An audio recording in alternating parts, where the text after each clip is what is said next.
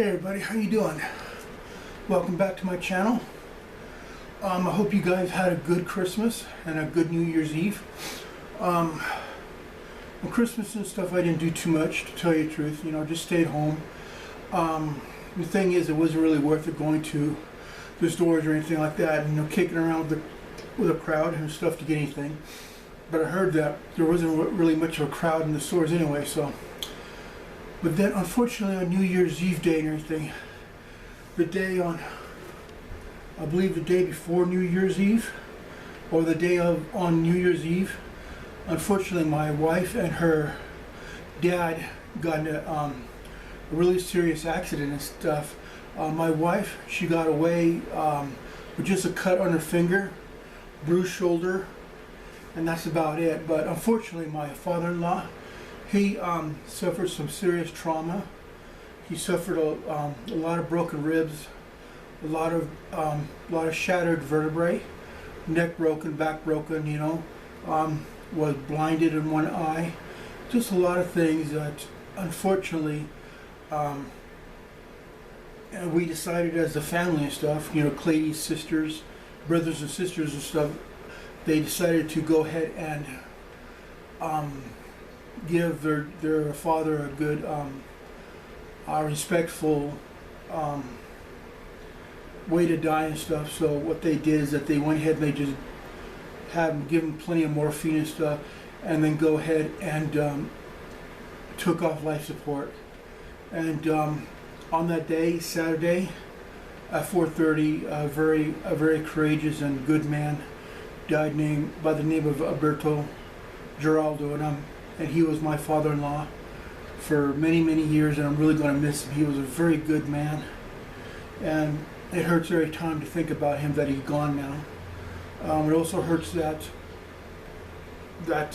I remember that he went ahead and treated me like a son, not just his son-in-law, but an actual son. Gosh, I don't know what to say. It's some things happen and stuff, you know. Sometimes the Almighty goes ahead and says it's your time to go, and it's your time to go, you know. Sometimes, you know, one day you're alive and stuff, the next day or next 2 days and stuff, you've met your life is over. You're in the hospital, you're basically brain dead, and you know, that's it for your life. So very, very, very unlucky that this good man died, and I really will miss him. This Albert Gelter, my father-in-law, he was 92 years old, born in December 13th, 1928, and lived to 2021. But I think one day after, or right on the day of New Year's Day. I think it was one day after. I don't remember now. It's such a haze now. My mind doesn't want to remember anymore, and I don't want to remember, but sometimes I need to remember a little bit. But anyway, this good person, he died with his family around him, singing Christian songs and telling him that they appreciate everything that he did for them, and all the hardships and stuff that he went through for the family to have the best of everything that they could have. Right now, I believe that Alberto Giraldo right now is up on the other side, and, you know, in heaven and stuff, walking hand in hand with his late wife, and also talking and laughing with the Almighty. And I hope, you know, the way it is, I'm not sure. Anyway, let's get back to another business and stuff. So if you guys remember, my Poulin Pro PP4218A, this little son of a gun gave me a lot of problems. I thought it was a piston or something like that problem, but actually what happened, that it was a coil problem. So today you're going to see it run. on this and everything, the carburetor is turned out to one full turn, and I've need to still go ahead and see, you know, if it's too fast or too slow. Go ahead and put down the idle up or idle down. So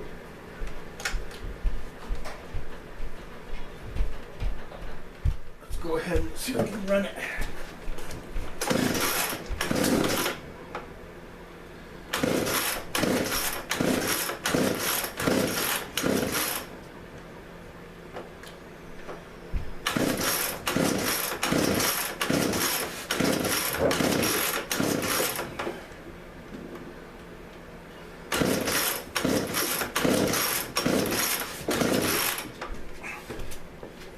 I'm going to change hands.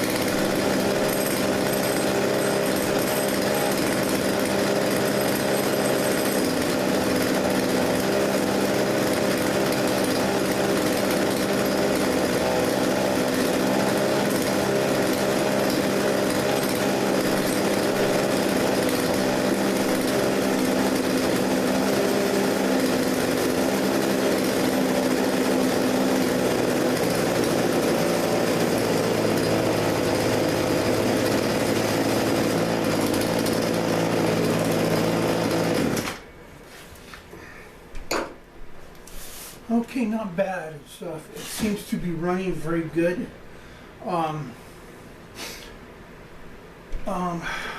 Also, I saw that the chain is getting lubricated by the splatter here that you see right here, the oil splatter. So that tells me that it's getting lubricated, so it all runs really good. I'm going to go ahead and later on I'm going to sharpen the chain to make sure that it will be able to cut really good.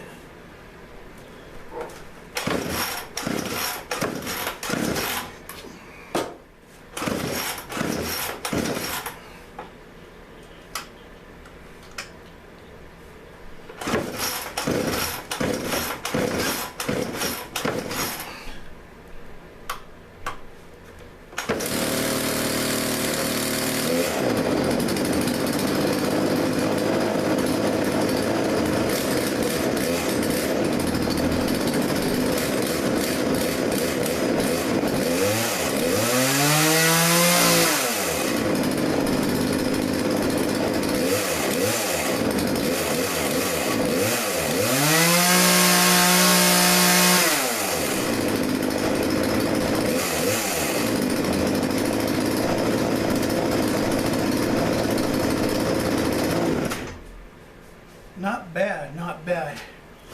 It runs really good. It smokes a lot and everything. I put in a little bit extra oil and the gas and everything to go ahead and break in that new ring, that new piston ring that I put in.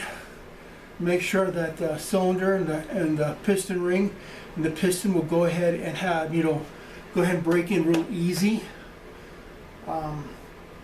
And it should do really good.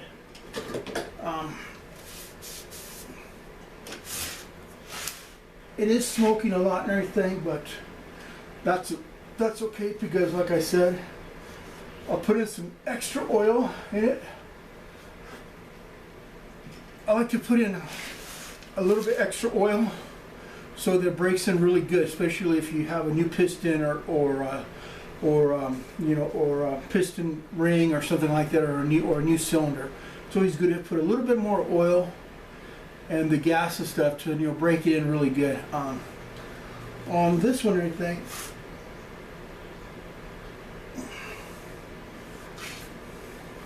what I like to do is I like to put a 32-to-1 mix. On some of these and stuff, I've seen some of these and stuff they would have, or on these type of these Poulin, Craftsman, stuff like that, they want you to put in a 40-to-1 mix. I believe that's a little bit too lean, and that I believe that causes the piston and stuff to go ahead into early self-destruct and screw up everything, leave a lot of grooves and scratch marks and stuff.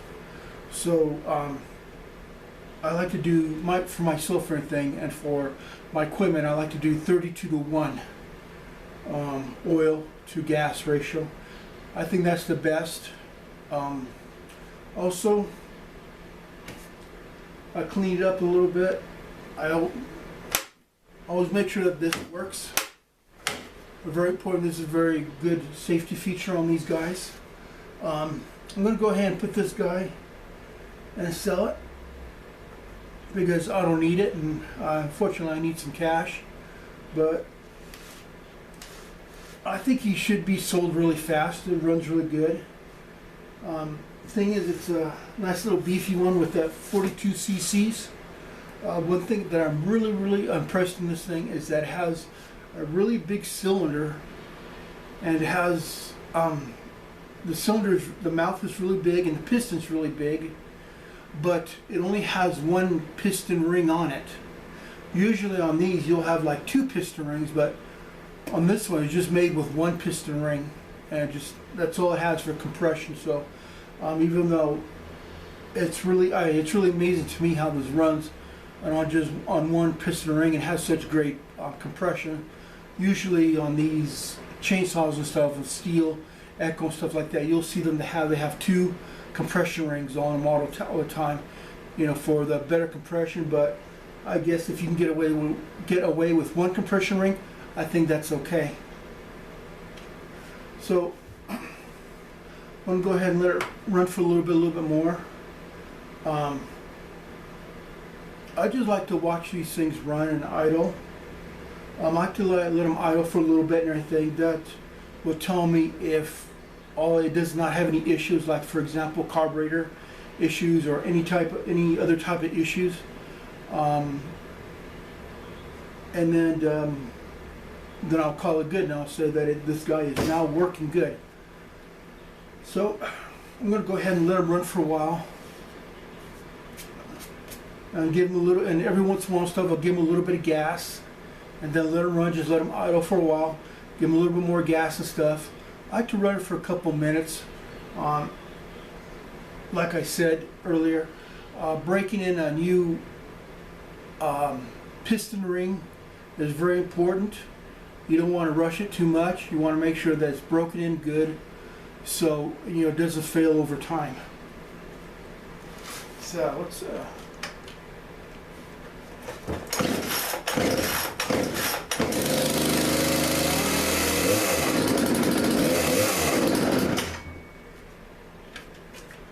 okay.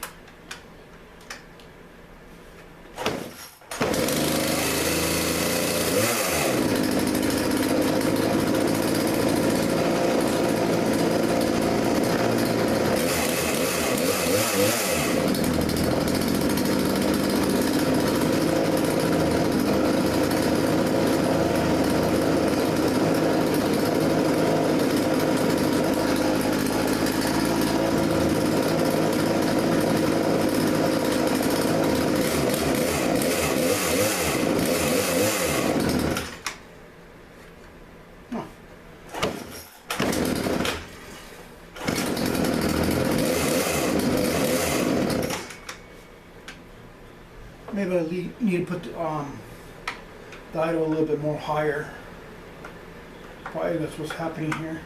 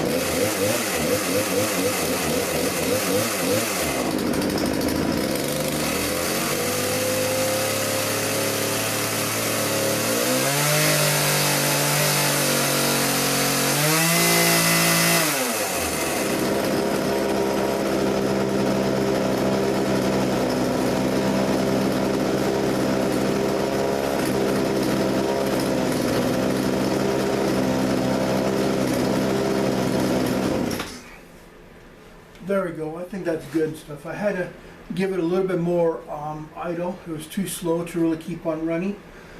Usually 2 strokes, chainsaws and stuff like this, at this size and everything, their usual idle run or idle is around between 900 to about 1500 RPM. So, you know, sounds a little fast, but that's how they run. You got to remember that chainsaws and stuff, they can go up to 8,000 or 10,000 RPM real easy. So, you know, 1500 isn't that much. You know, between cars and stuff, cars these days, modern cars, are about like what, between 650 to 800 or so RPM for idle. This is really fast, but still it's actually pretty slow. As long as they are having plenty of oil and stuff, also there's plenty of air to go ahead and cool it down. Usually these run really good. These tend to run a little bit hot because of the way they are and everything, how the air goes around stuff. This corner right here will always be the last to warm up because of thermodynamics. Or right around here